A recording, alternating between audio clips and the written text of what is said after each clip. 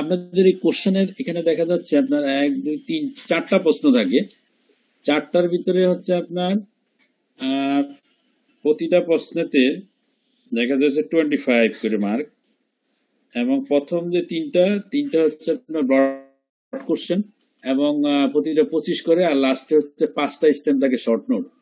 এখানে short note গুলি খুব ঝামেলার আর কি, যে দেখা যাচ্ছে যে শর্ট নোট আপনার একটা দুইটা মিস হয়ে যেতে পারে যদি এক্সটেন্সিভ আপনার নলেজ না থাকে বা ভালোভাবে যদি জানা না থাকে। আর যে ব্রড কোশ্চেন গুলো সাধারণত দেখা যায় যে লেকচার গুলো হয়, এই লেকচার থেকে আপনার মোটামুটি চলে আসে আর কি, একটা হিস্ট্রির মতো থাকে ছোট, সেই হিস্ট্রির সাথে আপনার ইভালুয়েশন এন্ড ম্যানেজমেন্ট যে কোশ্চেনটা থাকে। প্রায় প্রশ্নেরই সবার শেষে দিয়ে আপনার থাকে যে how will manage this patient বা how will evaluate or manage the patient, এরকমই ম্যাক্সিমাম প্রশ্নগুলো। আর তবে মাঝে মাঝে দুই একটা প্রশ্নের শুরুতে যেমন থাকে যে একটা ডেফিনিশন থাকলো, অথবা কজ থাকে, এরকম কিছু কিছু সেগমেন্ট কখনো কখনো থাকে।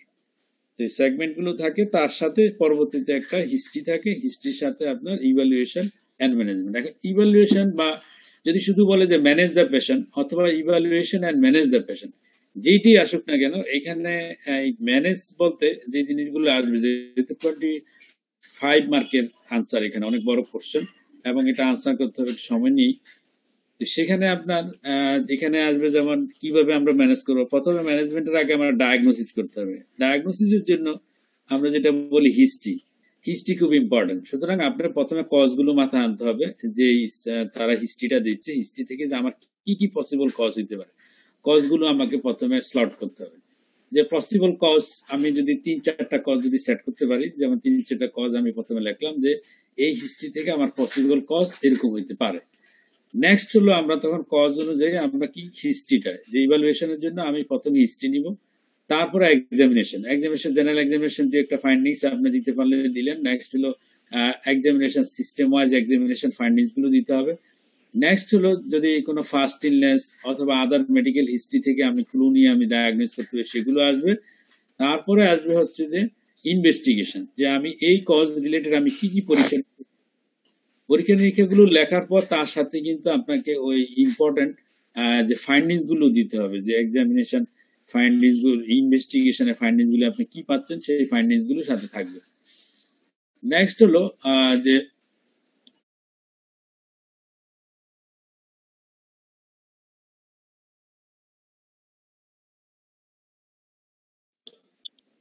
নেক্সট হলো যে ম্যানেজমেন্ট পোর্শনে যেমন আমরা যে জিনিসটা ইনক্লুড করি, যে ম্যানেজমেন্টে আমাদের প্রথমে হলো জেনারেল ম্যানেজমেন্ট। যে কোনো একটা ডিজিজ আমি যখন সেট করব, ডিজিজের জেনারেল ম্যানেজমেন্টটা কি সেটা আমাকে সেট করতে হবে। স্পেসিফিক ম্যানেজমেন্ট গুলো কি হতে পারে, তারপর যদি কোনো কমপ্লিকেশন যদি নিয়ে আসছে, সে কমপ্লিকেশন ম্যানেজমেন্ট গুলো কি হবে। তো এইভাবে আপনার টোটাল কোশ্চেনটার আনসারটাকে সেট করতে হবে। নেক্সট আমি একটা একটা করে কিছু ব্রড কোশ্চেন আর কিছু শর্ট কোশ্চেন আমি দেখানোর চেষ্টা করতেছি।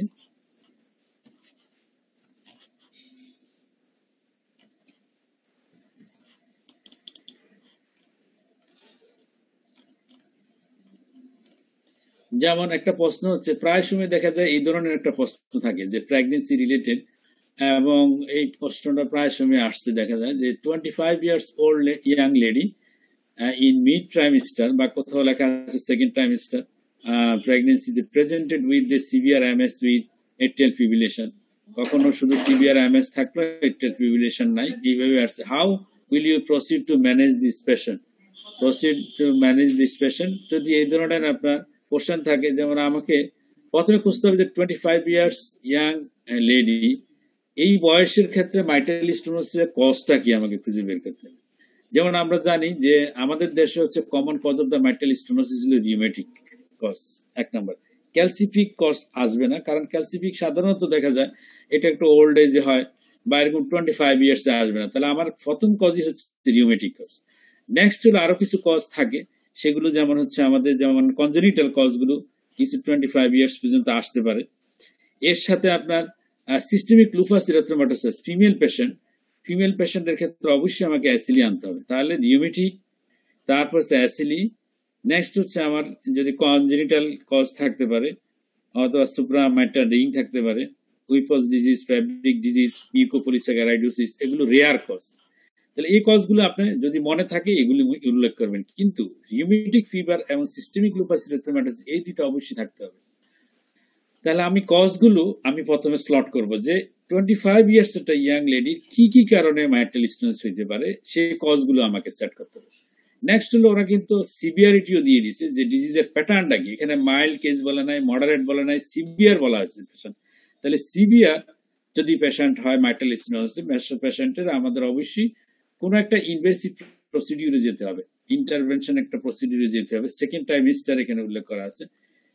ওরা প্রশ্ন যিনি করেছেন, প্রশ্নকর্তা আপনাকে ডিরেক্টেড করতেছে যে সেকেন্ড ট্রাইমিস্টারে সিভিয়ার এমএসসি রোগী মরফোলজি যদি ভালো থাকে, আপনি যদি পা মরফোলজি যদি ভালো থাকে পিটিএমসি, আপনি পিটিএমসি দিকে আপনি যাবেন, সেটাই তারা ডিরেক্টেড করার জন্য চেষ্টা করছে তারা, যেহেতু সেকেন্ড ট্রাইমিস্টার। এবং নেক্সট আমরা যেটা হলো যে আবার সাথে এটিএল ফিব্রিলেশন যোগ করা হয়েছে। তাহলে প্রেগনেন্সি উইথ এটিএল ফিব্রিলেশন আমাকে এখানে কনসিডারেশন আনতে হবে যে আমি অ্যান্টিকোয়াগুলেন্ট কি দিব। যদি এটিএল ফিব্রিলেশন থাকে অবশ্যই আমাকে অ্যান্টিকোয়াগুলেন্ট চয়েস করতে হবে। তাহলে এখানে প্রশ্নটার কতগুলো আপনার মানে তার অন্তর্নিহিত কতগুলো পয়েন্ট আছে, যে পয়েন্টের উপর ভিত্তি করে আপনাকে মার্কিং করা হবে। নাম্বার 1 হচ্ছে 25 ইয়ার্স এইজে কি কজ হতে পারে প্রবাবল। আপনি যদি ক্যালসিফিক লেখেন আপনি মাইনাস পাবেন, সুতরাং এটা হিসাব করে লিখতে হবে। নেক্সট লেডি ফিমেল পেশেন্ট, আপনি যদি সিস্টেমিক লুপাস এরিথ্রোমাটোসিস না লেখেন তাহলে আপনি এখানে মার্ক আপনাকে আসবে না। নেক্সট হলো এমএস সিভিয়ার বলা হয়েছে, আপনি যদি এখানে ইন্টারভেনশন মানে মাইটাল স্টোনোসিস, পিটিএমসি বা সিএমসি অথবা যদি মরফোলজি অ্যাসোসিয়েটেড আদার ডিজিজ থাকে, সার্জিক্যাল, এই কথাগুলো না আসে সেকেন্ড টাইম আসে, তাহলে মার্ক আসবে না। নেক্সট এটিএল ফিব্রিলেশন আপনি অ্যান্টিকোয়াগুলেন্ট ম্যানেজমেন্ট কি করবেন সেই জিনিসটা যদি না আনেন তাহলে এখানে কিন্তু আপনার টোটাল মার্ক আপনার আসবে না। নেক্সট আসেন যে আমরা যদি চিকিৎসার কথা বলি, আমরা কি বলি যে সিভিয়ার মাইটাল স্টোনোসিস যদি থাকে আমরা সাধারণত সেকেন্ড ট্রাইমেস্টার বেশি মুভমেন্ট করতে আমরা রেস্ট্রিক্টেড করব। যদি তার হার্ট ফেলিউর এভিডেন্স থাকে মানে right left heart failure, oxygen therapy, diabetics, mainly এই ড্রাগগুলোর কথাই আমরা বলি। তারপর হচ্ছে কি আপনার তার যদি রেট বেশি থাকে, যেমন একটা সিভিয়ার মাইটাল স্টোনোসিস রোগীর কমপ্লেন কি শ্বাসকষ্ট থাকে, তার হচ্ছে লেফট হার্ট ফেলিউরের ফিচার থাকতে পারে, অনেক সময় কনজেস্টিভ হার্ট ফেলিউরের ফিচার থাকতে পারে, তার প্যালপিটেশন থাকতে পারে, এটিএল ফিব্রিলেশন যেহেতু আছে তার রেট বেশি থাকতে পারে। যখন রেট বেশি থাকবে, রেট বেশি থাকলে আমরা কি ড্রাগ চয়েস করবো? এটিএল ফিব্রিলেশন থাকলে সাধারণত আমরা ডিওক্সিন চয়েস করি। যদি ডিওক্সিনও যদি রেট না কমে সেই ক্ষেত্রে আমরা সাথে বিটা ব্লকার আমরা যোগ করি। তাহলে বিটা ব্লকারের ভিতরে যেমন প্রোপানল ড্রাগ অফ চয়েস, কখনো আমরা ইউজ করি, কার্বিডিলও ইউজ করা যেতে পারে। সাধারণত প্রোপানল সেকেন্ড ট্রাইমেস্টারে সাধারণত বলা হয় এরা যে ডোজে আমরা ইউজ করি, মাইটাল স্টোনোসিস রোগী সাধারণত ব্লাড প্রেশার কম থাকে, লো ডোজে ইউজ করা হয়, সেই ক্ষেত্রে এদের খুব একটা বেশি সিরিয়াস অ্যাডভার্স ইফেক্ট ফিটাল এবং নিউনেটের উপর থাকে না। তাহলে এখানে দেখা যাচ্ছে যে আমার কিছু ড্রাগ ম্যানেজমেন্ট আমরা ইনিশিয়ালি দিচ্ছি। তারপর হচ্ছে আর এটিএল ফিব্রিলেশন যদি থাকে আমি রেট কমানোর জন্য চেষ্টা করতে হবে, রেট বেশি যদি থাকে, কারণ রেট বেশি থাকলে এখানে ফেলিউরের দিকে চলে যাওয়ার সম্ভাবনা থাকে, এই জন্য আমাকে রেট কমাতে হবে। আর যদি পেশেন্টকে এটিএল ফিব্রিলেশনকে সাইনাস রিদমে রিভার্ট করতে হলে বিটা ব্লকার অনেক সময় রিভার্ট করা যায়, কিন্তু যেহেতু severe MS long term ATL ওয়ালের চেঞ্জের কারণে এই এটিএল ফিব্রিলেশন সাধারণত রিভার্ট সাইনাস রিদমে রিভার্ট করা সম্ভব হয় না। সুতরাং এই রোগীগুলোকে আমরা অ্যান্টিকোয়াগুলেন্ট থেরাপি অবশ্যই দিতে হবে। সেই অ্যান্টিকোয়াগুলেন্টের ভিতরে কি চয়েস করবে? এখানে স্পেসিফিক বলা আছে সেকেন্ড ট্রাইমেস্টার। সেকেন্ড ট্রাইমেস্টার ক্ষেত্রে আমার ওয়ারফারিন হচ্ছে ড্রাগ অফ চয়েস। কারণ হচ্ছে যদি ওয়ারফারিন ডোজ যদি মোর দেন 5 মিলিগ্রামের যদি বেশি লাগে সেই ক্ষেত্রেই শুধুমাত্র আপনি অন্য কিছু চয়েস করতে পারেন, যেমন সেই ক্ষেত্রে হ্যাপারিন দিতে হয়। কিন্তু যদি ওয়ারফারিন 5 মিলিগ্রাম পার ডে যদি নিচে থাকে সেই ক্ষেত্রে এই ওয়ারফারিনের তেমন কোনো সাইড ইফেক্ট নেই এবং অ্যামব্রাপ্যাথির কমপ্লিকেশন খুবই কম। সুতরাং সেকেন্ড ট্রাইমেস্টারের ক্ষেত্রে আপনি ওয়ারফারিন ইউজ করতে পারেন উইথ আইএনআর রাখতে হবে আপনার 2.5 to 3। তাহলে এই টার্গেটে আমি আইএনআর রাখবো, এইভাবে দিব। আর এখন আছে রিউমেটিক ফিভার যদি সাসপেক্টেড হয় সেই ক্ষেত্রে যেমন রোগীর হিস্ট্রি থেকে ফার্স্ট হিস্ট্রি রিউমেটিক ফিভার একটা হিস্ট্রি থাকতে পারে, তারপর সে প্যানাক্সিমিথাল পেনিসিলিন আগে থেকে নিচ্ছে, এই ধরনের যদি হিস্ট্রি থাকে, জয়েন্ট পেন হিস্ট্রি যদি আগে থাকে, মাইগ্রেটিং পলিআর্থ্রাইটিস, তাহলে আমরা একটা রিউমেটিক ফিভার কজ এস্টাবলিশ করতে পারি। সেই ক্ষেত্রে রিউমেটিক প্রোফাইলাক্সিস আমাকে ইউজ করতে হয়, যেমন প্যানাক্সিমিথাল পেনিসিলিন আমরা ইউজ করি। আর মাইটাল স্টোনোসিস সাধারণত বলা হয় যে low risk of infective endocarditis, সেক্ষেত্রে ইনফেক্টিভ এন্ডোকার্ডাইটিস প্রোফাইলাক্সিস শুধু স্পেসিফিক কিছু ক্ষেত্রে যেমন অ্যাসোসিয়েটেড যদি মাইটাল রিগার্জিটেশন থাকে অথবা আদার ভালভুলার ডিজিজ যদি থাকে, অথবা হিস্ট্রি অফ এন্ডোকার্ডাইটিস যদি আগে থেকে থাকে, বা এস্টাবলিশ কোনো ইনফেকশনের যদি তার হিস্ট্রি থাকে, সেই ক্ষেত্রে আপনার অ্যান্টিবায়োটিক প্রফাইলাক্সিস দিতে হবে। আর হচ্ছে তাহলে ইম্পর্টেন্ট ইস্যু হচ্ছে যে সিভিয়ার এমএস, যেহেতু সিভিয়ার এমএস পেশেন্ট অবশ্যই সিমটোমেটিক থাকবে, সেই ক্ষেত্রে হচ্ছে আমার সেকেন্ড ট্রাইমেস্টারে হচ্ছে ইনভেসিভ প্রসিডিউর, আমার choice of invasive procedure is PTMC, যেমন পারকিউটেনিয়াস মাইটাল, যেটা হচ্ছে আপনার ভালভুলোপ্লাস্টি আমরা যেটা করি, ন্যাটাল কমিশিউটোমি। এখন কমিশিউটোমিটা হচ্ছে বলা হচ্ছে যে এটা হচ্ছে সবচেয়ে বেস্ট পেশেন্টের জন্য, এবং সাধারণত আমরা জানি পিটিএনসি করলে মাইট্রাল ভালভের 1.5 এর উপরে চলে আসে, এবং এখানে বলা হচ্ছে যে পিটিএমসিটা মোর সেফ ফর দ্য মাদার এবং চাইল্ড, বেবি দুইটার ফিটাসের জন্য সেফ। কিন্তু যদি আমরা কমিশিউটোমিতে যাই, যেমন আমাদের অপশন কি, যদি সিভিয়ার এমএস থাকে, সেটা আমরা ইকোকার্ডিওগ্রাফি করে আমরা ইভালুয়েট করলাম যে এই সিভিয়ার এমএস রোগীটা এটা কি উইলকিন স্কোর যেটা আমরা করি যে সেটা ফেভারেবল কিনা যে পিটিএমসির জন্য। যদি ফেভারেবল থাকে এই ক্ষেত্রে আমরা পিটিএমসিতে যাব, অথবা সিএমসি করা যেতে পারে। আর কখনো কখনো যদি থ্রম্বাস থাকে অ্যাসোসিয়েটেড, যেমন তার এটিএল ফিব্রিলেশন থ্রম্বাস থাকতে পারে। এখন যদি থ্রম্বাস যদি থাকে উইথ মাইট্রাল স্টেনোসিস, সেই থ্রম্বাস যদি ডিসলসের সম্ভাবনা থাকে, দ্যাট ইজ থ্রম্বাসটা অর্গানাইজ না, সেই ক্ষেত্রে তো তাকে ওপেন কমিশিউটোমি করতে হবে। ওপেন কমিশিউটোমি তাহলে কখন আসতেছে? প্রেগনেন্সিতে, যদি তার severe mitral stenosis echocardiographically Wilkins score হচ্ছে 8 এর যদি নিচে থাকে, এবং যেটা ফেভারেবল মরফোলজি যদি হয়, সেই ক্ষেত্রে এমআর নাই, আদার ভালভুলার ডিজিজ নাই, সেই ক্ষেত্রে আমরা সিএমসিও করতে পারি এবং পিটিএমসি করতে পারি। কিন্তু যদি অ্যাসোসিয়েটেড থ্রম্বাস থাকে, লেফট এট্রিয়ামে একটা বড় থ্রম্বাস আছে, এবং থ্রম্বাস কোনো সময় ডিসলস হয়ে যেতে পারে, যে চান্স অফ থ্রম্বোএম্বোলিজম, সেই ক্ষেত্রে ওপেন কমিশিউটোমি করার প্রয়োজন হবে। ওপেন কমিশিউটোমি যদি করা হয়, সেই ক্ষেত্রে দেখা যাচ্ছে যে পিটিএমসি সে আপনার ফিটাল লসের সম্ভাবনা বেশি থাকে, that is risk for the child baby is high. তাহলে কখনো কখনো ওএমসিরও প্রয়োজন হতে পারে। এখন যদি ভালভের এরকম হয় যে সিভিয়ার এমএস এর সাথে এমআর আছে সিগনিফিকেন্ট, তার সাথে আবার হচ্ছে ভালভ যদি ক্যালসিফায়ার যদি হয়ে যায় কোনো কারণে, দেখা যাচ্ছে যে বয়স্ক অনেক সময় ডিস্ট্রফিক ক্যালসিফিকেশন হয়ে যেতে পারে, সেই ক্ষেত্রে আমার সার্জারির প্রয়োজন হতে পারে। যেমন রোগীর এমনই সিমটোমেটিক যে তাকে ওয়েট করা যাচ্ছে না, যদি আমরা প্রেগনেন্সি কন্টিনিউ করতে পারি তো ভালো, প্রেগনেন্সি যদি কন্টিনিউ করা না যায়, সিমটোমেটিক বেশি হয়, সেই ক্ষেত্রে সেই ভালভ রিপ্লেসমেন্টের জন্য সেকেন্ড ট্রাইমেস্টারও একটা সুইটেবল টাইম। তবে এখানে হচ্ছে ম্যাটারনাল মর্টালিটি হচ্ছে 1.5 to 5%, যেটি মায়ের মৃত্যুর সম্ভাবনা বেশি, আবার হচ্ছে ফিটাল লসের সম্ভাবনা হচ্ছে 16 থেকে 30%। সুতরাং এই জিনিসগুলো পেশেন্টকে এক্সপ্লেন করে পেশেন্ট ব্যান্ডকে তারপর সার্জারির জন্য বলতে হবে। তাহলে আমরা মোটামুটি একটা ধারণা পেলাম যে যদি এই ধরনের একটা কোশ্চেন আসে, তাহলে এই কোশ্চেনটার ইম্পর্টেন্ট অ্যাসপেক্ট হচ্ছে যে ইয়াং এজে আমার যেমন অ্যাসিলি, যেমন অ্যাসিলির জন্য আমরা কিছু ইনভেস্টিগেশন আমরা করবো।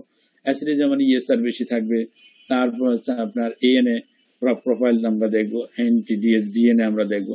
তাহলে যদি অ্যাসিলি থাকে, অ্যাসিলির কারণে যদি মাইট্রাল স্টেনোসিস হয়, সেই ক্ষেত্রে আমরা দেখবো অ্যাসিলির জন্য আমরা ট্রিটমেন্ট দিব, যে অ্যাসিলির ট্রিটমেন্ট আর অ্যাসিলি ইভালুয়েট করবো আমরা।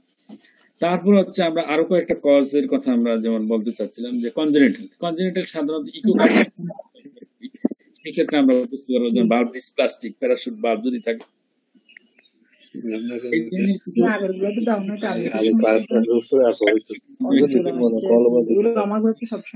এইভাবে আমরা ডিফারেন্সিয়েট করবো যে অন্য কজগুলি সম্পর্কে একটু আলোচনা করে আসতে হবে, যে অন্য কজগুলি।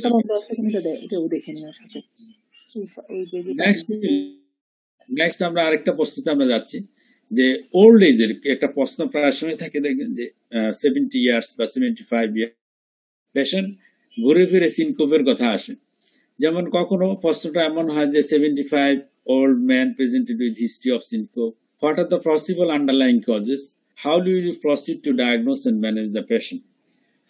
তাহলে দেখা যাচ্ছে যে আমাকে একটা হিস্ট্রি দিয়ে দিল যে 75 ইয়ার্স ওল্ড, তাহলে সিনকোপ তো যে কোনো বয়সী হতে পারে, যেমন একেবারে ছোট থেকে শুরু করে ওল্ড এল্ডারলি পর্যন্ত সিনকোপ হতে পারে।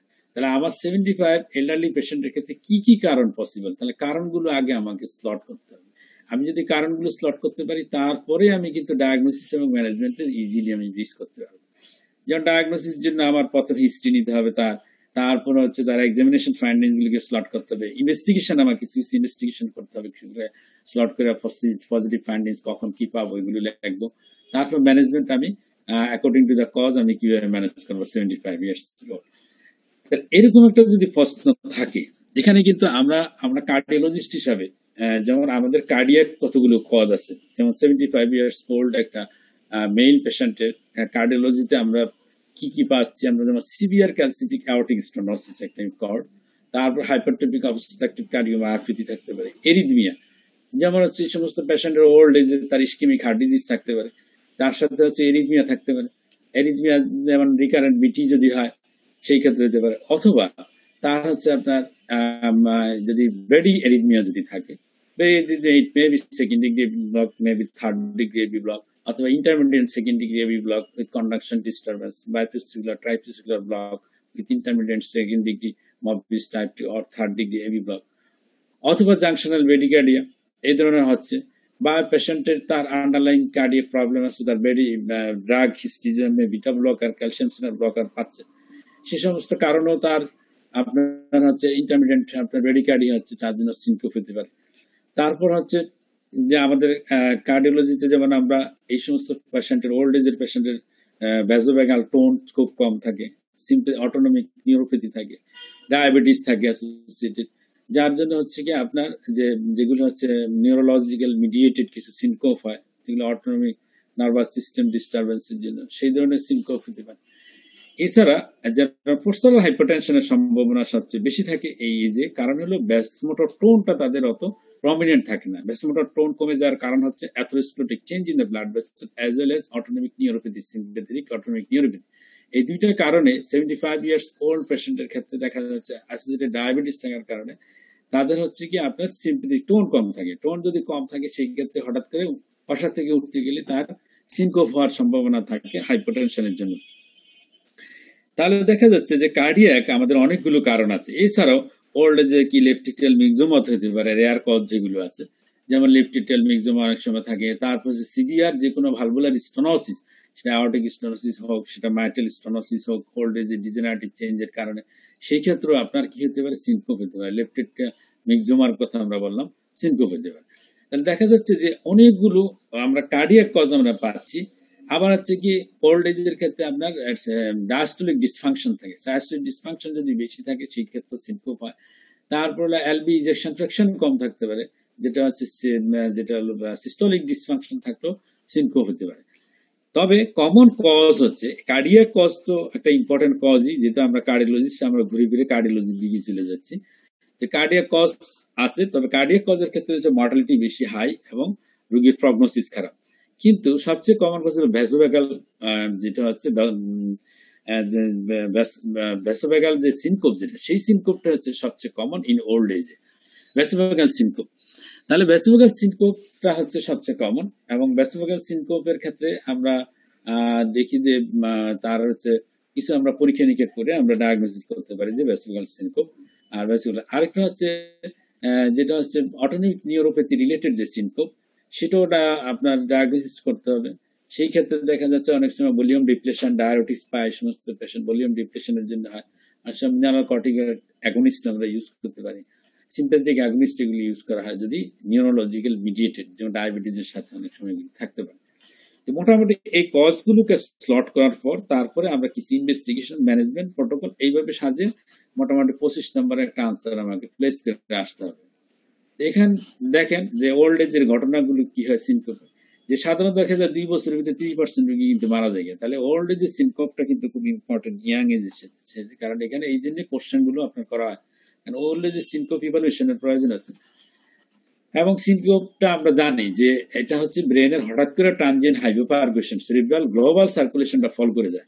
এখানে একটা আরেকটা ইম্পর্টেন্ট ইস্যু, যেমন ক্যারোটিড আর্টারিতে যদি অ্যাথেরোমাটাস প্ল্যাক থাকে, সেই ক্ষেত্রে দেখবেন যে ব্রেনের সার্কুলেশন কমে যাচ্ছে, ওল্ড এজে থাকার সম্ভাবনা বেশি, সেই ক্ষেত্রে আমার সিনকোপ হতে পারে।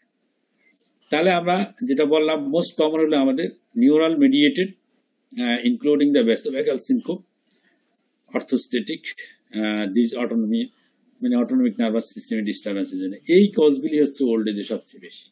আর কার্ডিয়াক তো আমরা বললাম যে এরিথমিয়া, স্ট্রাকচারাল হার্ট ডিজিজ যদি থাকে অ্যাসোসিয়েটেড, সেই ক্ষেত্রে তাহলে সেই ক্ষেত্রে আমাদের হিস্ট্রি, ফিজিক্যাল এক্সামিনেশন, এই সমস্ত এগুলোর মাধ্যমে কিছু ইমেজিং টেস্ট আমরা করি, 24 আল্ট্রা মনিটরিং, ইসিজি, ইকোকার্ডিওগ্রাম, তারপরে ক্যারোটিড ডপলার, এই সমস্ত টেস্ট করে আমরা একটা ইভালুয়েশনের চেষ্টা করি। যেমন হচ্ছে সিনকোপ কিভাবে ইভালুয়েট করি, history, clinical examination, ECG, diagnosis, এগুলোতে ভালো চিকিৎসা চলে যাবো। ইকোকার্ডিওগ্রাফি লাগবে, কার্ডিয়াক যদি সাসপেক্ট করে, সেক্ষেত্রে স্ট্রাকচারাল হার্ট ডিজিজ যদি খুঁজে পান, যেমন যেগুলোর কথা আমি বললাম, সেই স্ট্রাকচারাল হার্ট ডিজিজ অনুযায়ী চিকিৎসা করবেন। ডায়াগনোসিস যদি রিস্ক করতে না পারেন, তারা নন স্ট্রাকচারাল সেখানে খুঁজতে হবে। নন স্ট্রাকচারাল হার্ট ডিজিজ, রিকারেন্ট বারবার সিনকোপ, তাহলে টিল টেস্ট যেটা আমরা করি, টিল টেস্ট করবেন, 24 আওয়ার হল্টার মনিটরিং করবেন। তাহলে এইভাবে আমরা ইভালুয়েশন করব, যে তার ডায়াগনোসিস রিস্ক করার জন্য আমরা চেষ্টা করব। তা আবার হিস্ট্রি থেকেও আমরা কতগুলো, হিস্ট্রি থেকে আমরা কিছু কিছু জিনিস আমরা কিন্তু বের করতে পারি। যেমন কজগুলির ভিতরে আমরা জানেন, কজ এগুলো তো আপনার বইয়ের ভিতরে পাবেন, মানে সিনকোপের কজের তো কোনো শেষ নাই, বিশাল কজ, তাই তো? Arrhythmia, ventricular tachycardia, torsade point, supraventricular tachycardia, atrial fibrillation, flutter sickness syndrome, heavy block, pacemaker syndrome, মানে সব এরিথমিয়া, এগুলো ওল্ড এজে বেশি হয়।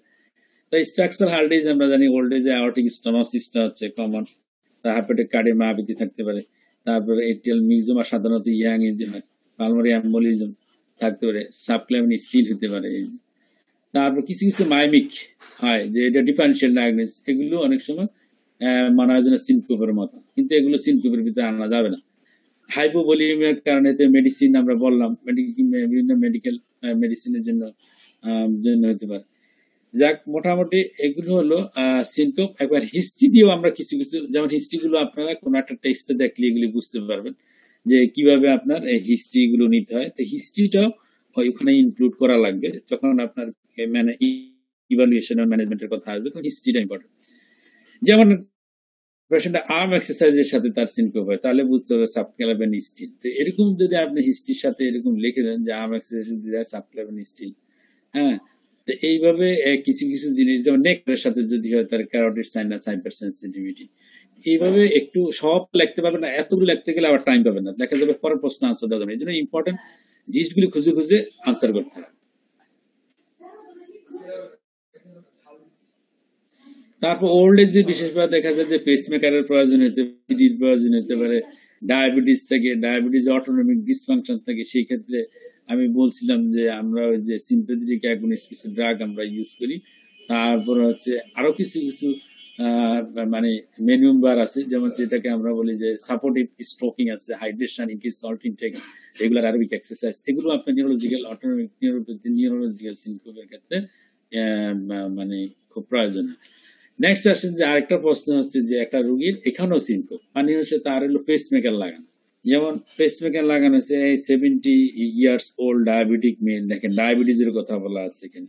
তাহলে ওল্ড এজে আমরা এর আগেও কিন্তু সিনকোপ গুলো আমরা বলে আসছি যে ওল্ড এজে কি কি কারণে সিনকোপ হয়। ডায়াবেটিস একটা ইম্পর্টেন্ট কজ, অটোনমিক নিউরোপ্যাথি, আর পেসমেকার লাগানো আছে। তাহলে পেসমেকার রিলেটেডও কিছু সিনকোপ আছে। তাহলে presented with the recurrent syncope 8 month, মানে 8 মাস আগে তার পেসমেকার লাগানো আছে। তাহলে 8 মাস আগে যদি পেসমেকার লাগানো হয়, সেই ক্ষেত্রে তো ব্যাটারি ডিপ্লেশন হওয়ার সম্ভাবনা নাই।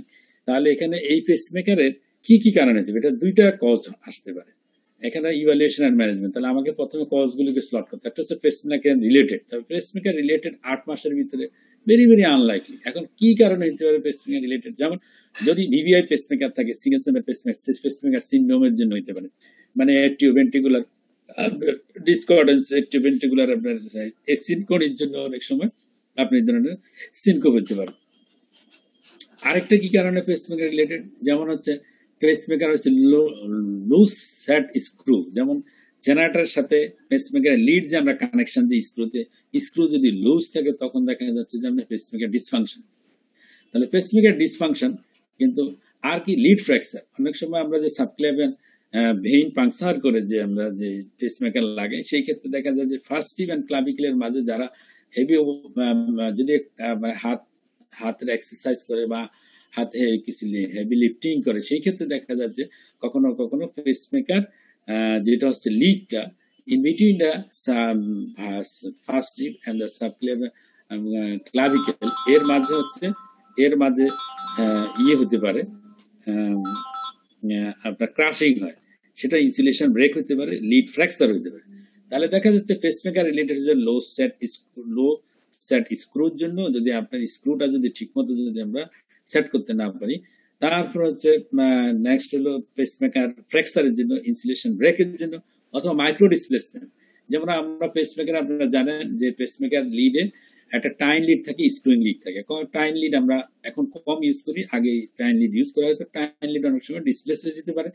ডিসপ্লেস হওয়ার জন্য কি হবে, আপনার যে তার যেই আন্ডারলাইং সিমটমের জন্য পেশেন্ট, সেই সিমটম গুলো আবার তার ফিরে আসতে পারে।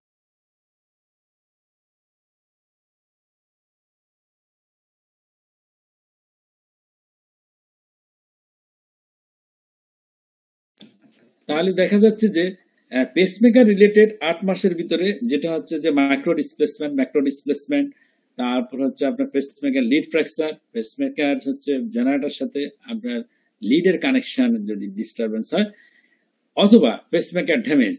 পেসমেকার ড্যামেজ 8 মাসের ভিতরে হইতে পারে। হিস্ট্রি আপনাকে দেখতে হবে, যেমন সে মেটাল ডিটেক্টরের ভিতর দিয়ে গেল, অথবা কোনো ডায়াথার্মি ইউজ করা হলো পেসমেকারের প্রোগ্রামিং না করে, অথবা পেসমেকারের উপর কোনো ধরনের ট্রমার কারণে পেসমেকার ড্যামেজ যদি হয়, সেই ক্ষেত্রেও তার কি হতে পারে, সে আগের যে সিমটমের জন্য পেশেন্ট আসছিল, যেমন তার হচ্ছে রিকারেন্ট কমপ্লিট হার্ট ব্লক, অথবা যেটা হচ্ছে intermediate complete heart block, intermediate secondary AV block, underlying যে কজ, সেই কজটা আবার চলে আসছে। এই ধরনের একটা যে পেসমেকার রিলেটেড, অথবা পেসমেকার ঠিকই আছে, সিঙ্গেল চেম্বার পেসমেকার, পেসমেকারে আপনার হচ্ছে যেটা পেসমেকার সিন্ড্রোমের জন্য, অথবা ডুয়েল চেম্বার পেসমেকার আছে, সেই পেসমেকার পেসমেকার ইনডিউস টেকিয়ারিথমিয়া অনেক সময় হয়। আপনারা জানেন পেসমেকার রিলেটেড টেকিকার্ডিয়া, সেই টেকিকার্ডিয়ার জন্য যদি ভেন্ট্রিকুলার ফিব্রিলেশন হয়, সেই ক্ষেত্রে আপনার সিনকোপ ডেভেলপ করতে পারে। তাহলে আর অন্যান্য যেগুলো কজ যে নন পেসমেকার রিলেটেড, সেই কজগুলো কিন্তু আমরা এখানে ইভ্যালুয়েট করতে হবে। যেমন ওল্ড এজের ক্ষেত্রে আমরা বলছি যে তার হচ্ছে নিউরোলজিক্যাল সিনকম গুলি সবচেয়ে কমন। এছাড়াও অন্যান্য কজ যেগুলো কার্ডিয়াক আদার কজ, সেই কজগুলো আমাদের আসবে, যেগুলো আমি কিছুক্ষণ আগে আলোচনা করলাম। এখানে আমরা কিভাবে আগাবো, হ্যাঁ, আমরা যে জিনিসটা আমরা করি সেটা হচ্ছে যে তাহলে আমরা দুই দিকে, একটা পেসমেকার ডিপেন্ডেন্ট কিনা পেসমেকার রিলেটেড, আর আছে নট পেসমেকার রিলেটেড, দুই দিকে আমরা দেখবো। তাহলে পেসমেকার রিলেটেডটা আমরা কিভাবে ইনভেস্টিগেট করবো, আমরা বের করবো কেমনে যে এটা পেসমেকারের জন্য কিনা। এর জন্য আমরা কি করি, আমরা তাকে ইসিজি করতে পারি, একটা 12 লিড ইসিজি করলাম, তার হচ্ছে আপনার এক্সরে করবো, বুকের এক্সরে করলে আমরা দেখতে পারবো যে লিডটা সরে গেছে কিনা। তাহলে X-ray chest PA view in lateral and PA view and lateral view, deep penetrating view আমরা করি। ডিপ পেনিট্রেটিং ভিউ করলে লিডের আপনার পজিশন গুলো ভালোভাবে বোঝা যায়। তাহলে আমরা এইভাবে ইভালুয়েট করার চেষ্টা করব। তারপর হচ্ছে পেসমেকার যদি দেখা যায় যে লিড যদি ডিসফাংশন থাকে, আমরা ম্যাগনেট দিয়ে আমরা দেখি, ম্যাগনেট দিলে দেখা যাবে যে পেসমেকার লিড যদি ব্রেক থাকে কোনো চেঞ্জ আসবে না। তার নেক্সট হলো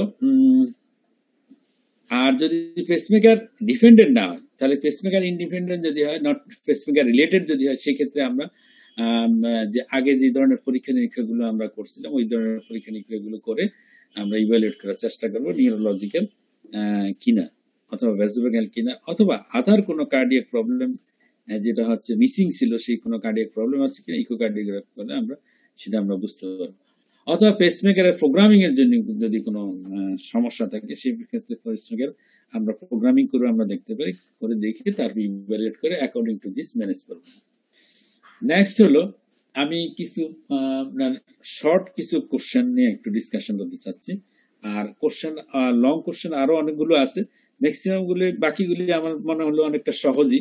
এগুলো আপনারা চেষ্টা করলে আপনারা পারবেন। বাকিগুলো গাইডলাইন হলো এরকম যে আপনাকে প্রথমে খুঁজে বের করতে হবে যে এই বয়সে এবং কজটা কি। যেমন একটা young lady presented with palpitation, যদি প্যালপিটেশনের কথা বলে একটা ইয়াং লেডি প্যালপিটেশনে আমরা যেমন যেগুলো বিনাইন কজ, ওগুলো সবার আগে আনবো। যেমন হচ্ছে তার সুপ্রাভেন্ট্রিকুলার টেইকার্ডিয়া, যেগুলো এসবিটি, এগুলো হচ্ছে কমন। তার অ্যাংজাইটি রিলেটেড যে সমস্ত টেইকার্ডিয়া, এগুলো সাইনাস টেইকার্ডিয়া হচ্ছে কমন। তারপর হচ্ছে young lady mitral stenosis with atrial fibrillation, বা এট্রিয়াল ফিব্রিলেশনের যে সমস্ত কজগুলি আছে, হাইপারথাইরয়েডিজম উইথ এট্রিয়াল ফিব্রিলেশন। তাহলে এইরকম ভাবে আমাকে যে কজগুলো যদি ইয়াং লেডি থাকে, ফিমেলের জন্য কোন কজগুলো ইম্পর্টেন্ট, ইয়াং এর জন্য কোন সেই কজগুলোকে আমি স্লট করবো, স্লট করে তারপর নেক্সট আমি কিছু শর্ট ইয়েগুলো বলতে চাচ্ছিলাম, যেমন heart failure with reserve ejection fraction. দেখা যাচ্ছে এই জিনিসটা রিডিউস ইজেকশন ফ্র্যাকশন তো সবাই বুঝি যে এই জিনিসটা অনেক সময় থাকে, যে আমরা জানি প্রিজার্ভ ইজেকশন ফ্র্যাকশন আমরা কখন বলি, যে হার্ট ফেলিওর সাইন্স সিমটম যদি থাকে তার সাথে এলবিএফ যদি এলবি ইজেকশন ফ্র্যাকশন যদি মোর দেন ইকুয়াল টু 50% যদি থাকে, আর তার সাথে হচ্ছে কিছু ক্রাইটেরিয়া আমরা যোগ করছি, সেটা হচ্ছে elevated level of the natriuretic peptide, মানে হচ্ছে বিএনপি প্রো বিএনপি লেভেল যদি বেড়ে যায়, তারপর হচ্ছে at least one of the additional criteria, যেমন relevant structural left ventricular hypertrophy অথবা লেফট এট্রিয়াল এনলার্জমেন্ট যদি থাকে, তাহলে সেই ক্ষেত্রে অথবা ডায়াস্ট্রিক ডিসফাংশন আমরা পাই। ডায়াস্ট্রিক ডিসফাংশন আমরা কিভাবে দেখি, সেটা দেখি হচ্ছে আমরা ইকোকার্ডিওগ্রাফিক ইভালুয়েশন। ডায়াস্ট্রিক ডিসফাংশন ও শর্ট নোট থাকে, তাহলে ডায়াস্ট্রিক ডিসফাংশনটাও ভালো মতো পড়তে হবে, বা ডায়াস্ট্রিক ডিসফাংশনের সময় শর্ট নোট থাকে। তাহলে আমরা heart failure with preserve ejection fraction diagnose করতে হলে সাইন সিমটম, তারপরে ইকোকার্ডিওগ্রাফিক হলো ইজেকশন প্রেশার মধ্যন ওর ইকুয়াল টু 50% হতে হবে। তারপর যে ক্রাইটেরিয়া আছে, এই ক্রাইটেরিয়া ভিতরে হচ্ছে আপনার elevated level of the natriuretic peptide থাকতে হবে। তারপর at least one of the additional, নিচে দুইটা যে কোনো একটা 11 স্ট্রাকচারাল হার্ট ডিজিজ মানে লেফট ভেন্ট্রিকুলার হাইপারট্রফি অথবা লেফট এট্রিয়াল এনলার্জমেন্ট আর ডায়াস্ট্রিক ডিসফাংশন। তাহলে আমার যে লেফট এট্রিয়াল এনলার্জমেন্ট বা লেফট ভেন্ট্রিকুলার হাইপারট্রফি থাকলেই যে ডায়াস্ট্রিক ডিসফাংশন থাকতে হবে, ব্যাপারটা এরকম না, মানে এর দুইটার যে কোনো একটা থাকলেই হবে। তখনই আমরা বলতে পারবো যে এটা হলো heart failure with reduce ejection fraction. এখন আসেন, তাহলে এই রোগীগুলো আপনার ম্যানেজমেন্ট কিভাবে করেন? এই রোগীগুলোর ম্যানেজমেন্টের জন্য যেটা হচ্ছে diuretics at least lowest effective dose for the sign symptoms of the volume overload. যেমন ভলিউম ওভারলোড যদি থাকে ফিচার, সেই ক্ষেত্রে আমরা ডায়ারেটিক্স ইউজ করবো। তারপর moderate sodium restriction, control of blood pressure, diabetes and other comorbid condition, avoid arteriogenic volume overload. তারপর restoration and maintenance of the sinus rhythm, যদি এই এট্রিয়াল ফিব্রিলেশন এদের সাথে কমন থাকে, সেই ক্ষেত্রে আপনার হার্ট রেট কন্ট্রোল করতে হবে, সাইনাস রিদমের রেস্টোরেশন করার জন্য ট্রাই করতে হবে। Search and the treatment of the symptomatic migraine ischaemia, যদি ইস্কিমিয়া যদি থাকে সাথে, তার ট্রিটমেন্ট করবে। তাহলে এই কথাগুলো আপনি লিখে দিয়ে আসতে পারলে মোটামুটি একেবারে 5 পেয়ে যাবেন। আর বেশি জিনিস লেখা যাবে না, অল্প কথার ভিতরে শেষ করতে হবে। অনেক সময় স্টেজ অফ হার্ট ফেলিওর থাকে, কখনো কখনো হার্ট ফেলিওর স্টেজ। এখন হার্ট ফেলিওর স্টেজ গুলো কি আপনারা জানেন, যে আমেরিকান কলেজ অফ কার্ডিওলজির ওরা হার্ট ফেলিওরকে স্টেজিং করছে, stage A B C D এইভাবে স্টেজিং করা আছে। শর্ট নোট এরকম থাকে, stage A, stage B, stage C, stage D. A আর বি কিন্তু কোনো সিমটম থাকে না, সি এবং ডি এর ক্ষেত্রে দেখা যাচ্ছে তার হলো সিমটোমেটিক হার্ট ফেলিওর থাকে। এটা হচ্ছে আমেরিকান কলেজ অফ কার্ডিওলজির অনুযায়ী। অনেক সময় ক্লিপ ক্লাসিফিকেশন হার্ট ফেলিওর থাকতে পারে, সেটা আপনারা জানেন, ক্লিপ ক্লাস 1, 2, 3, 4 এগুলো লিখে আসতে হবে স্পেসিফিক্যালি। নেক্সট আরেকটা জিনিস থাকে, যেমন হার্ট ফেলিওরের ক্ষেত্রে যে সেকুবেট্রিল আর বালসার্টানের যে কম্বিনেশন, আপনারা জানেন আর্নি, এটা অনেক সময় আর্নি শর্ট নোট থাকে। এটা আপনারা জানেন যে সেকুবেট্রিল কিভাবে কাজ করে, রেনিন অ্যাঞ্জিওটেনসিন 2 কে ব্লক করে হচ্ছে বালসার্টান, ব্লক করলে হচ্ছে decrease vasoconstriction, decrease salt and water retention. আর সেকুবেট্রিলের কাজ হচ্ছে এনজাইমটাকে আপনার কি করে, এনজাইমটাকে ইনহিবিট করে। এনজাইমকে যদি ইনহিবিট করে, নেট্রিওটিক পেপটাইড লেভেলটা বেড়ে যাবে। নেট্রিওটিক পেপটাইড লেভেল যদি বেড়ে যায়, তাহলে কি হবে? ভ্যাসোডাইলেটেশন হবে, ডায়াবেটিস নেট্রিওলিসিস হবে, reduce renin and aldosterone synthesis, এবং আলটিমেটলি ভ্যাসোডাইলেটেশন হবে, প্রিলোড আফটারলোড কমাবে। প্রিলোড আফটারলোড যদি কমায়, তাহলে আমাদের হার্টের লোড কমে গেলে, হার্টের লোড যদি কমে যায়, হার্টের ইজেকশন ফ্র্যাকশন বেড়ে যাবে। তাহলে আর হচ্ছে, এবং এটা নেট্রিওটিক পেপটাইডে ডায়াবেটিক্স ইফেক্ট থাকার জন্য ভলিউম ডিপ্রেশন করবে যদি ভলিউম বেশি থাকে। আর হচ্ছে আপনার বালসার্টানের কাজ হচ্ছে, যেহেতু অ্যাঞ্জিওটেনসিন 2 লেভেল কমায়, সে ফাইব্রোসিস কমাবে। তাহলে এইভাবে মোটামুটি কাজ করে, এটা আপনারা জানেন। এটা সাইড ইফেক্ট কি, হাইপোটেনশন, হাইপারক্যালিমিয়া, ইনক্রিজ সিরাম ক্রিয়েটিন এবং এনজিওডিমা, কফ, এগুলো হইতে পারে। আর কন্ট্রাইন্ডিকেশনও আপনারা জানেন, এনজিওডিমা যদি এসি ইনহিবিটর এবি যদি থাকে, আর হচ্ছে এসি ইনহিবিটর উইদিন 36 আওয়ারের ভিতরে যদি হিস্ট্রি থাকে, অ্যালিস্কেরিন ইউজ করে প্রেগন্যান্সি ইউজ করা যাবে। আর রিকমেন্ডেশনও জানেন। নেক্সট হলো যে grace risk score, short note থাকতে পারে। গ্রেস রিস্ক স্কোর কি জিনিস? গ্রেস রিস্ক স্কোর আপনারা জানেন যে এই রিস্ক স্কোরিংটা করা হয় সাধারণত এসটি লিমিটেড মায়োকার্ডিয়াল ইনফার্কশনের যে মর্টালিটি অ্যাসেসমেন্ট করার জন্য গ্রেস স্কোরিং করা হয়। এটা হচ্ছে ক্লিনিক্যাল রিস্ক স্কোরিং।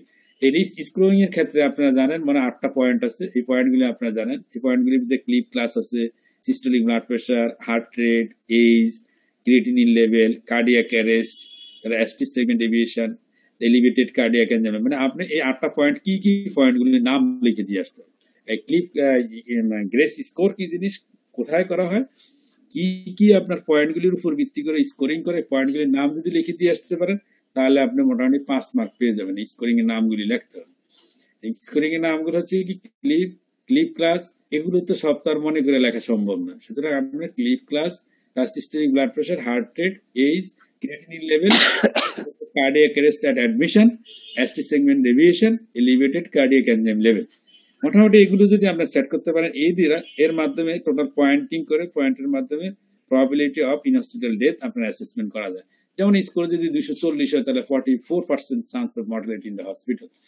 তারপর যদি স্কোর যদি আপনার দেখা যায় যে লেস দেন যদি 60 হয় তাহলে লেস দেন 0.02, তাহলে একটু হাইয়েস্ট এবং লোয়েস্ট দুইটা একটু মনে রাখলে, মাঝখানে একটা যদি মনে রাখতে পারেন তাহলে মোটামুটি হয়ে যাবে। তাহলে গ্রেস স্কোর হচ্ছে ইন হসপিটাল ডেথ, যেটি ST এলিভেটেড মায়োকার্ডিয়াল ইনফার্কশনের রোগীদের ক্ষেত্রে ইন হসপিটাল ডেথ অ্যাসেসমেন্ট করার জন্য গ্রেস স্কোরিং করা হয়। আর এর ভিতরে যে পয়েন্টগুলি 8 ভেরিয়েবল, 4 কন্টিনিউয়াস ভেরিয়েবল, একটা হচ্ছে continuous variable age, systolic blood pressure, pulse pressure, heart pulse rate, serum creatinine.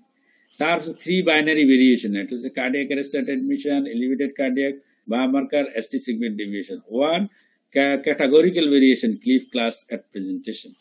তাহলে এই হচ্ছে এর মাধ্যমে আমরা অ্যাসেসমেন্ট করতে পারি in hospital death of MI। Next হচ্ছে মাইট্রা ক্লিপ। মাইট্রা ক্লিপ প্রায় সময় আপনার শর্ট নোট থাকে, মাইট্রা ক্লিপ, তারপর হচ্ছে আপনার ট্রাইকাসপিড ক্লিপ, এগুলো শর্ট নোট থাকে। যে মাইট্রা ক্লিপ কি জিনিস, যে MitraClip is use for the transcatheter mitral valve repair. আপনারা জানেন যে মাইট্রাল রিগার্জিটেশন রোগীদের ক্ষেত্রে, যে মাইট্রাল রিগার্জিটেশন রোগীর অপারেশন না করে এই ক্লিপিং করে, এটা হচ্ছে আপনার পারকিউটিনিয়াস প্রসেসের মাধ্যমে, অ্যাপ্রোচের মাধ্যমে, ইনভেসিভ প্রসিডিউর, যেটা হচ্ছে মিনিমাল ইনভেসিভ প্রসিডিউর, পারকিউটিনিয়াস প্রসিডিউরের মাধ্যমে মাইট্রাল ক্লিপ লাগিয়ে দেওয়া যায়। মাইট্রাল ভালভের দুই প্রান্তে দুইটা ক্লিপ বসিয়ে দেয়, ক্লিপ বসিয়ে দিলে মাইট্রাল রিগার্জিটেশনটা কমে যায়।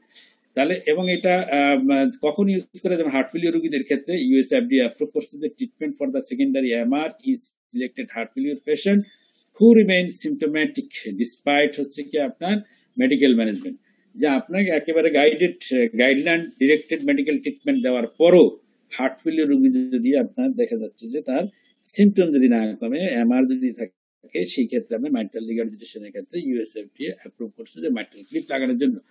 তবে মাইট্রা ক্লিপ শুধু হার্ট ফেলিওর রোগী না, অন্য রোগীদের ক্ষেত্রেও অন্যান্য দেশগুলিতে লাগায়, সেটা ক্যাথেরা ইনভেসিভ ক্যাথেটার বেস থেরাপি, মানে ক্যাথলেবের ভিতরে এটা করা হয় মাইট্রাল রিগার্জিটেশন রোগীর ক্ষেত্রে। সেটা হচ্ছে যেমন হচ্ছে significant primary or degenerative mitral regurgitation who are considered at the high surgical risk. যেমন একটা রোগীর মাইট্রাল রিগার্জিটেশন আছে সিগনিফিক্যান্ট, কিন্তু সার্জারি করা খুব রিস্কি, সার্জারি করলে তার মৃত্যু ঝুঁকি বেশি, সেই ক্ষেত্রে মাইট্রা ক্লিপ লাগানোর জন্য বলা।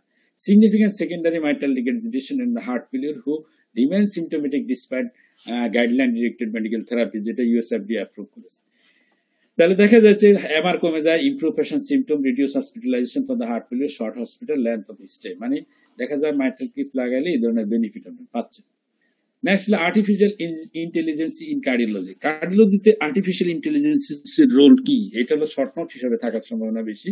আর্টিফিশিয়াল ইন্টেলিজেন্স, আপনারা জানেন যে বর্তমানে কিন্তু অনেক সফটওয়্যার বেরিয়ে গেছে, যেমন ইকোকার্ডিওগ্রাফির ভিতরে সফটওয়্যার আছে, জাস্ট আপনি 4 চেম্বার ভিউ ধরবেন, ধরার সাথে সাথে নিজে নিজেই কি করবে, এইভাবে আপনার লাইন নিয়ে নিবে, সে অটোমেটিক, কিচ্ছু করা লাগবে না, নিয়ে সে হ্যান্ডাস্টিক ভলিউম বলে দিবে, অ্যানসিস্টিক ভলিউম, ইজেকশন ফ্র্যাকশন বলে দিবে।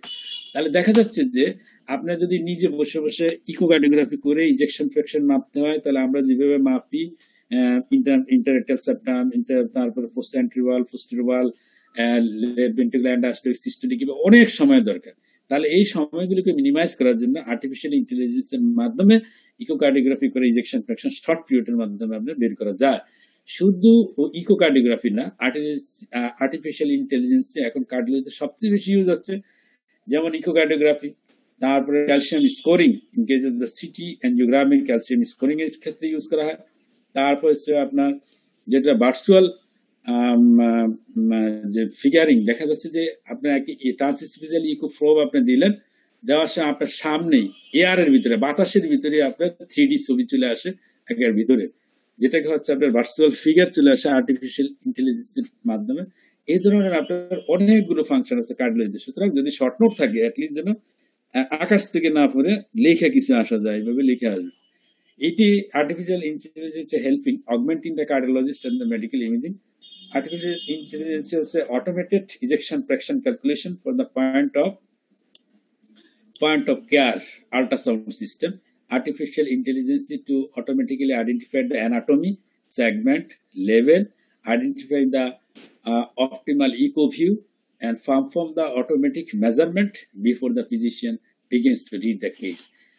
So দেখার আগেই চলে আসবে রেজাল্ট, ভিউ ধরার সাথে সাথে। তারপরে কি করা হয়, আর্টিফিশিয়াল ইন্টেলিজেন্সের মাধ্যমে automated calcium scoring software for the cardiac CT scoring, creating the report quantification information in a second, এক সেকেন্ডের ভিতরে, এবং colour coding the calcium by the vessel segment on the data set size, এবং একেবারে ছবি সহ ক্যালসিয়াম স্কোরিং সহ কয়েক সেকেন্ডের ভিতরে আপনার চলে আসবে সিটি স্ক্যানের মাধ্যমে। তো এটি হচ্ছে আর্টিফিশিয়াল ইন্টেলিজেন্স ইউজ করে এই জিনিসগুলি করা হয়। এছাড়াও দেখা যাচ্ছে যে artificial intelligence base cardiac MRI সাথে আর্টিফিশিয়াল ইন্টেলিজেন্স যোগ করা হচ্ছে। যোগ করার মাধ্যমে হচ্ছে কি কোয়ান্টিফিকেশন খুব ইজিলি কোয়ান্টিফিকেশন করা যায়। তারপরে কি করা, এরিথমিয়া ইয়ের জন্য automatically detection of the arrhythmia and the send alert to the patient using the wearable or smartphone base apps that record the ECG, যেমন অ্যাপেলসের ওয়াচ আছে, তারপর হচ্ছে কার্ডিয়া এলিভেকর ডিভাইস, এই সমস্ত ডিভাইসের মাধ্যমে আপনি অটোমেটিকই তার যদি এরিথমিয়া হচ্ছে কিনা বা হওয়ার সম্ভাবনা আছে কিনা এটা দ্রুত ডিটেক্ট করে ইনফরমেশন দিতে পারে। তো এইভাবে হচ্ছে আর্টিফিশিয়াল ইন্টেলিজেন্স দিনে দিনে আমাদের কার্ডিওলজিতে কিন্তু অনেক বেড়ে যাচ্ছে, এবং এই আর্টিফিশিয়াল ইন্টেলিজেন্সের মাধ্যমে আপনার হচ্ছে রোবোটিক পিসিআইও করা হচ্ছে এর মাধ্যমে। নেক্সট আসলে যে ট্রান্সক্যাথেটার মাইট্রাল এবং ট্রাইকাসিড বাল্ব ইন্টারভেনশন, এগুলো থাকার সম্ভাবনা আছে। এখানে দেখা যায় ট্রান্সক্যাথেটার এখন মাইট্রাল এবং ট্রাইকাসিড বাল্বও আপনার লাগানো হচ্ছে, যে আগে হচ্ছে অ্যাওর্টিক বাল্ব ট্রান্সক্যাথেটারের মাধ্যমে লাগানো হচ্ছে, এখন মাইট্রাল এবং ট্রাইকাসিড বাল্ব লাগানো হয়। যেমন 2019 হচ্ছে এফডিএ অ্যাপ্রুভ করছে টাবার, কিন্তু এখন দেখা যাচ্ছে টাবারটা বলা হচ্ছে যে 2025 এর পরে আর যদি থাকবে না, সব টাওয়ারের মাধ্যমে হবে। এখন আবার তারা নতুন করে ট্রাইপিট ভালভ এবং মাইট্রাল বাল্বও একই সিস্টেমে আপনার লাগাচ্ছে, এবং এগুলো কয়েকটা কোম্পানি মেট্রোনিক, অ্যাবট এবং বোস্টন সায়েন্টিফিক তারা অলরেডি তৈরি করে ফেলছে এবং এগুলো ইউজ করা হচ্ছে এই ধরনের ভালভগুলো। এর সম্পর্কে একটা ধারণা থাকলে লিখতে পারবেন। ট্রাইক্লিপ devices for the tricuspid regurgitation, একেবারে নতুন ট্রাইক্লিপ, যেটা হলো মাইট্রাক্লিপ ছিল, এরকম ট্রাইকাসিড ভালভের জন্য ট্রাইক্লিপ ইউজ করা হয়। তাহলে ট্রাইক্লিপ হলো এই ধরনের, এটার নাম ট্রাইক্লিপ। এটা হলো ট্রাইকাসিড রিগার্জিটেশন কেন ইউজ করে এই সম্পর্কে একটু ধারণা দরকার আছে। এটা একটা আমি বলে দিচ্ছি, যে বলা হচ্ছে যে reduction of the tricuspid regurgitation was associated with significantly decrease the right ventricular dimension. Right ventricular diameter যত বড় থাকে প্রগনোসিস তত খারাপ, এবং এটা যত বেশি রিমডেলিং হয় ততই রোগীর মানে আপনার প্রগনোসিস খারাপ। তাহলে দেখা যাচ্ছে যে যদি ট্রাইকাসিড রিগার্জিটেশন আমরা কমাইতে পারি, তাহলে ডায়ামিটারটা কমে যাবে। ডায়ামিটার কমে গেলে positive remodelling, improvement of the right ventricular function, right ventricular function improve. Right ventricular function যদি ইমপ্রুভ করা যায় সেক্ষেত্রে মর্টালিটি অনেক কম। The triglyceride regurgitation is a frequent disease with poor prognosis. Treatment of the TR is currently limited to the use of the diuretics and the high-risk surgical procedure. তাহলে এর জন্য এখন কি হচ্ছে, আপনার ট্রাইক্লেপটা আপনার আবিষ্কার হলো, এবং ট্রাইক্লেপ যদি লাগানো হয় তাহলে দেখা যাচ্ছে প্রগনোসিস অনেক ভালো। নেক্সট হলো, আপনারা এতদিন জানছেন যে এফএফআর, আমরা এফএফআর করি। এফএফআর আপনারা জানেন এফএফআর এর কিভাবে করা হয়। এফএফআর এটা আপনি জানেন যে এফএফআর একটা ওয়্যার পাস করা হয়, ওয়্যারের মাথায় হচ্ছে সেন্সর থাকে, সেই সেন্সরের মাধ্যমে প্রেসার গ্রেডিয়েন্ট আমরা দেখি। একটা প্রক্সিমাল একটা ডিস্টাল সেন্সর থাকে, দুইটা সেন্সরের মাধ্যমে হচ্ছে মাঝখানে লেশন থেকে, লেশনের মাঝে গ্রেডিয়েন্টটা আমরা দেখি যে কেমন গ্রেডিয়েন্ট হচ্ছে প্রেসার গ্রেডিয়েন্ট। বেশি যদি প্রেসার ড্রপ করে তাহলে আমরা সিগনিফিকেন্ট বলি, প্রেসার যদি কম ড্রপ করে তাহলে আমরা নন সিগনিফিকেন্ট বলি। সিগনিফিকেন্ট লেশন থাকলে আমরা স্টেন্টিং এর জন্য বলি, সিগনিফিকেন্ট লেশন না থাকলে স্টেন্টিং এর জন্য আমরা বলি না। এখন দেখা যাচ্ছে যদি আমি কোনো রোগীর ক্ষেত্রে এনজিওগ্রাম করার পর এফএফআর করতে যাই, এফএফআর এর ক্ষেত্রে আমাদের সময়ের প্রয়োজন, এখানে অনেক টাইমের প্রয়োজন। এফএফআর এর ক্যাথেটার লাগবে, ক্যাথেটারের কস্ট বেশি। তাহলে দেখা যাচ্ছে যে আমি একটা রোগীর যদি তার স্টেন্ট লাগবে কি লাগবে না সেটা অ্যাসেস করার জন্য এফএফআর করতে গেলে আমার সময়ের প্রয়োজন এবং কস্টিং অনেক বেশি হয়। এই জন্য এই কস্টিং এবং সময় বাঁচানোর জন্য বর্তমানে এফএফআর, এনজিও এফএফআর এবং সিটি এফএফআর বের হয়ে গেছে। এবং এনজিও সিটি এফএফআর একেবারে সিম্পল, এখানে কোনো অ্যাডেনোসিন দেওয়ার প্রয়োজন নাই, এক্সট্রা কোনো ক্যাথেটারের প্রয়োজন নাই, কিচ্ছুর প্রয়োজন নাই, একেবারে ছবির মতো চলে আসবে, প্রত্যেকটা সেগমেন্টে এফএফআর চলে আসে। এবং এনজিও এফএফআর হচ্ছে একেবারে লেটেস্ট ইনভেনশন, এবং এটা হচ্ছে আপনার যে স্ট্যান্ডিং এর লাগবে কি লাগবে না এটা বোঝার জন্য সবচেয়ে বেশি হেল্পফুল, এবং সিটি এফএফআর সবচেয়ে বেশি হেল্পফুল হচ্ছে এখন। সুতরাং এই সম্পর্কে আমাদের জানতে হবে, শর্ট নোটস থাকতে পারে এটা। তাহলে দেখেন, a key diagnostic tool to determine if a stent is needed in a coronary lesion in the cath lab. Cath lab is pressure wave based fractional flow reserve. তাই তো, এটা আমরা দেখতাম এত। However, the technique required the use of pharmacological stress as an adenosine প্রয়োজন। adenosine side effect আছে, সে bronchial asthma করতে পারে, সে হঠাৎ করে কি করতে পারে, তার ব্রেডিকার্ডিয়া তৈরি করতে পারে, অনেক সময় টিপিএম এর প্রয়োজন। and wire fullback, একটা ওয়্যারের প্রয়োজন in the vessel, taking the additional procedure time, adding the cost to the procedure, limit the adaptation। এবং এটা হচ্ছে কি আজকাল ইউজ হচ্ছে না, এই সমস্ত কারণে ইউজই করতে চাচ্ছে না। দেখবেন আমাদের আছে কিন্তু ক্যাথলেবে দেখবেন ইউজ হয় না এই সমস্ত কারণে। এইগুলো যখন ওরা অ্যানালাইসিস করলো, দেখলো যে এফএফআর আবিষ্কার হলো কিন্তু ইউজ হচ্ছে না। তাহলে expanded use of the FFR would likely take place if the technique was less expensive and easier to use। যদি একটা লেস এক্সপেন্সিভ হয় আর এসব টাইম কম লাগে, তাহলে কি সবাই ইউজ করবে, এই জন্য এই জিনিসটা চলে আসলো।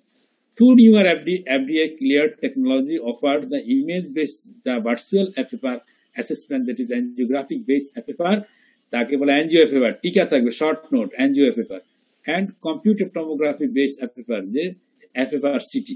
এখন এনজিও এফএফআর কি জিনিস? This use a rotational angiographic image, মানে এনজিওগ্রাম করার সময় ওদের সফটওয়্যার বিল্ড আপ থাকে, ওখান থেকে অটোমেটিক আপনার ছবি সহ 3D ছবি সহ এফএফআর চলে আসবে ডাই ইনজেকশন দেওয়ার সাথে সাথে। আর সিটি যখন করবেন, সিটি করার সময় অটোমেটিক্যালি আপনার এইভাবে চলে আসবে, সফটওয়্যার বিল্ড আপ করা আছে, এগুলো আর্টিফিশিয়াল ইন্টেলিজেন্সের মাধ্যমে সফটওয়্যার তৈরি করা আছে, এবং এটি ফ্লুইড ডাইনামিক অ্যালগোরিদমের মাধ্যমে, যে করোনারি আর্টারির ভিতর দিয়ে যে আপনার ডাই যাচ্ছে বা ব্লাড যাচ্ছে, এই ফ্লুইড ডাইনামিক দিয়ে তারা কিন্তু অ্যাসেসমেন্ট করে এটা বের করতে পারতেছে। আর সিটিটা হচ্ছে কি ডাই ইনজেকশনের মাধ্যমে ডাইয়ের যে আপনার হচ্ছে রেস্ট্রিকশন হচ্ছে, এই ফ্লো রেস্ট্রিকশন দেখি তারা এফএফআর বের করতে পারতেছে। নেক্সট হলো লেট পোটেনশিয়াল। লেট পোটেনশিয়াল প্রায় সময় দেখা যায় থাকে যে হোয়াট ইজ লেট পোটেনশিয়াল। এখন লেট পোটেনশিয়ালের ইম্পর্টেন্স কি, কেন লেট পোটেনশিয়াল দরকার? এটা হচ্ছে আপনারা জানেন যে এরিথমোজেনিক রাইট ভেন্ট্রিকুলার ডিসফাংশন, আপনারা জানেন মনে হয়, এরকম একটা টার্ম আছে ARVD, অনেক সময় ARVD শর্ট নোটও থাকতে পারে।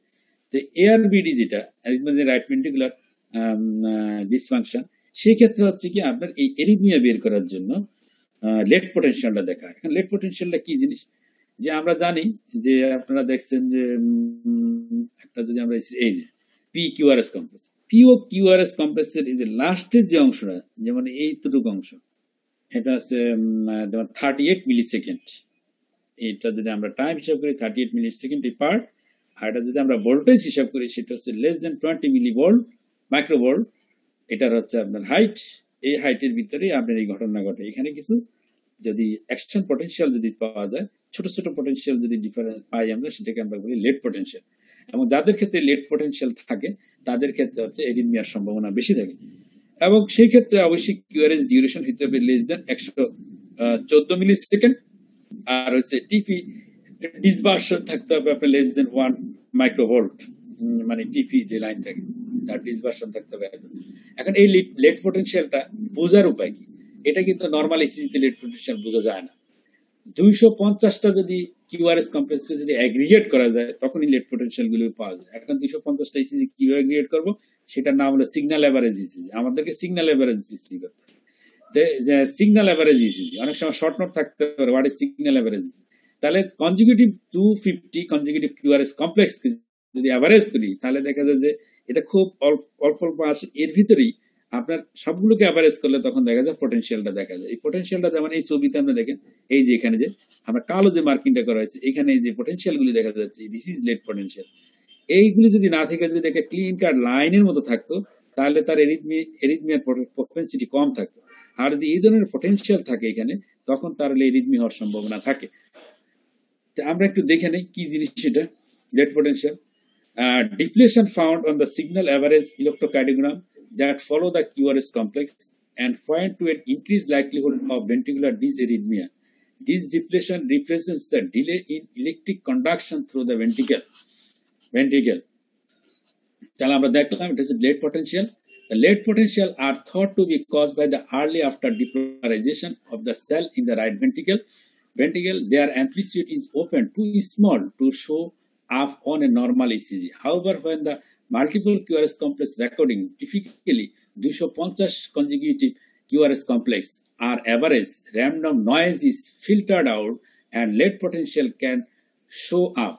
Such recording is called the signal average ECG. Signal average ECG অনেক সময় short note থাকতে পারে. The ARBD task force has published a document of the recommendation setting to record and the signal average ECG in ARBD. এই signal average ECG দিয়ে late potential detect করার জন্য আবার criteria set করে দিয়েছে. সেই criteria হচ্ছে filtered QRS duration থাকতে হবে more than 140 millisecond. তারপর হচ্ছে terminal last হলো 40 millisecond QRS. root means square আছে ভোল্টেজ হতে হবে less than 20 millivolt এর ভিতরেই পাবেন। তারপর লো অ্যাম্প্লিটিউড, সাধারণত এগুলো অ্যাম্প্লিটিউড হয় লো, less than 40 মাইক্রোভোল্ট। তারপর হচ্ছে আপনার সিগন্যাল ডিউরেশন হচ্ছে মোর দেন 38 মিলিসেকেন্ড।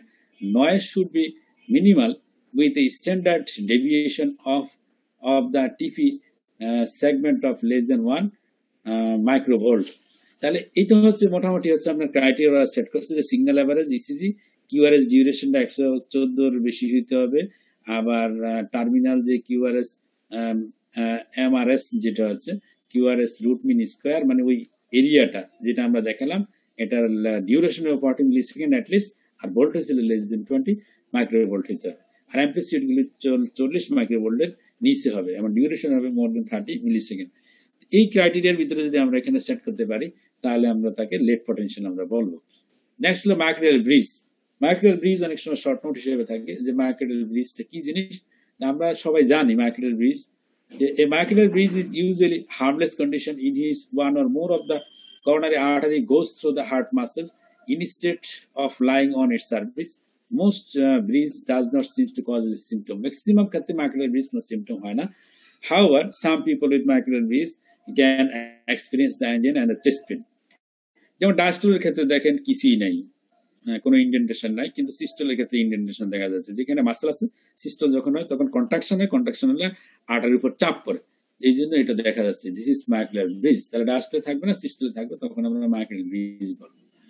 তাহলে muscle overlying the intra muscular segment of the epicardial coronary artery is termed the myocardial bridge, and the artery coursing within the myocardium is called as tunneled artery, and it is characterized by the systolic compression of the tunnel segment, which remain clinically silent in the vast majority cases. তাই আমরা বলছি majority case silent থাকে। আর এনজিওগ্রাফিক bridge হচ্ছে less than 5% ক্ষেত্রে পাওয়া যায়। Angiogram করলে 100 জনে 5 জনের ভিতরে পাওয়া যাওয়ার সম্ভাবনা আছে। তবে যদি প্রভোকেশন টেস্ট করা হয় তাহলে দেখা যাচ্ছে যে 100 জনের ভিতরে 40 জনের মাইক্রোরিয়াল ব্রিজ থাকে। এবং কাদের ক্ষেত্রে বেশি হয়? হার্ট ট্রান্সপ্লান্টের পেশেন্টের ক্ষেত্রে আর এসোসিয়েট রোগীদের ক্ষেত্রে সবচেয়ে বেশি মাইক্রোরিয়াল ব্রিজ। ক্লিনিক্যাল প্রেজেন্টেশন কি?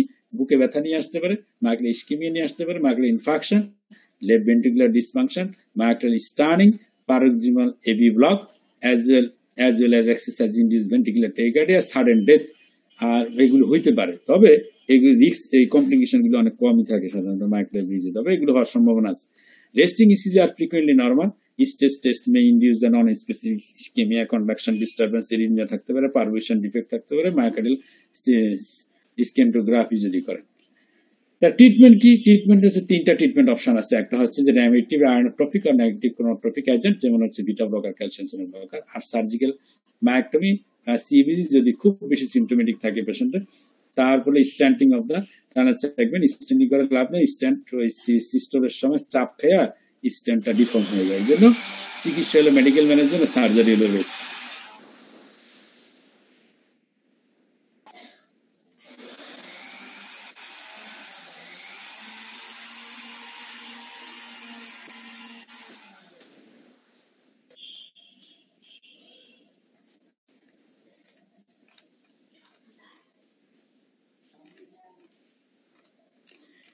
আজকে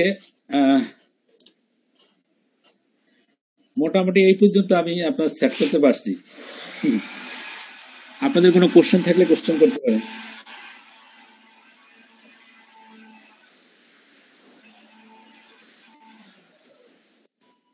হ্যাঁ, রিবন, ওয়ালাইকুম আসসালাম। স্যার শোনা যাচ্ছে স্যার?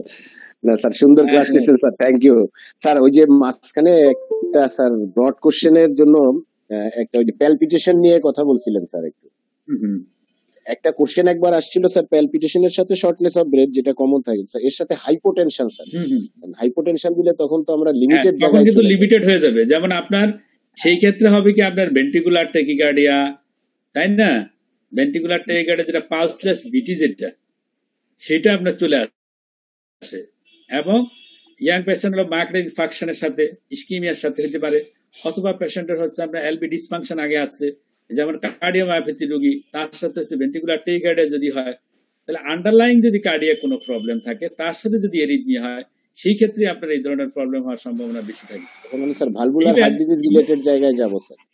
হ্যাঁ, যেমন ইভেন আপনার যদি এসবিটিও যদি হয়, যেমন তার হচ্ছে ইস্কিমিক হার্ট ডিজিজ আছে, তার সাথে এসবিটি যদি হয়, সেই ক্ষেত্রে দেখবেন ব্লাড প্রেশার কমে গেছে, শর্টনেস অফ ব্রেথ থাকতে পারে।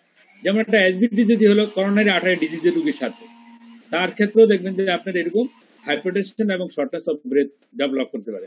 যেমন একটা রোগীর হচ্ছে ATL fibrillation with first ventricular rate অনেক বেশি হয়ে যাচ্ছে। এই এটিএল ফিব্রিলেশনও কি করতে পারে, তার আপনার হচ্ছে কি আপনার হাইপারটেনশন এবং শর্টনেস অফ ব্রেথ তৈরি করতে পারে। তাহলে দেখা যাচ্ছে যে আপনার হাইপারটেনশন, শর্টনেস অফ ব্রেথ, একটা হচ্ছে স্ট্রাকচারে নর্মাল হার্ট, আর একটা হচ্ছে স্ট্রাকচারালি হচ্ছে অ্যাবনর্মাল হার্ট যদি থাকে, সেই ক্ষেত্রে সিম্পল এরিথমিও আপনার কি করতে পারে, হাইপারটেনশন এবং শর্টনেস অফ ব্রেথ করতে পারে। সেই ক্ষেত্রে আমার ইনভেস্টিগেশন করে আমাকে ক্লিয়ার কাট করতে হবে যে ডায়াগনোসিসটা কি, তারপর হচ্ছে এক্সাইটিং কোনো ফ্যাক্টর আছে কিনা সেটা আমার দেখতে হবে। আর ম্যানেজমেন্ট প্রোটোকলের ক্ষেত্রে হচ্ছে যতক্ষণই আপনার হাইপোটেনশন এবং শর্টনেস অফ ব্রেথ হবে, একে আমরা বলি কি হিমোডাইনামিক আনস্টেবল বলি। দ্যাট মিনস হিমোডাইনামিক আনস্টেবল যদি আপনার এরিথমি হয়, সেই ক্ষেত্রে হচ্ছে ইমিডিয়েট কার্ডিওভার্সন করতে হয়, এবং তার হচ্ছে কি হার্ট রেট কমাইতে হবে। হয় কার্ডিওভার্সন করবেন, অথবা অ্যামাইড্রন দিয়ে কি রেট কমাই দিতে হবে। কি জন্য? ব্লাড প্রেশার বাড়াইতে হবে, শর্টনেস অফ ব্রেথ কমাইতে হবে। Thank you sir. তাহলে আজকে এ পর্যন্ত থাকুক না। আর যদি আপনাদের আরো জি কিছু স্যার, দরকার হয় আমাকে বললেন, আমি আবার সাজিয়ে ওইভাবে নিব আর কি। ঠিক আছে? আচ্ছা স্যার, জি স্যার, থ্যাংক ইউ স্যার, আসসালামু আলাইকুম।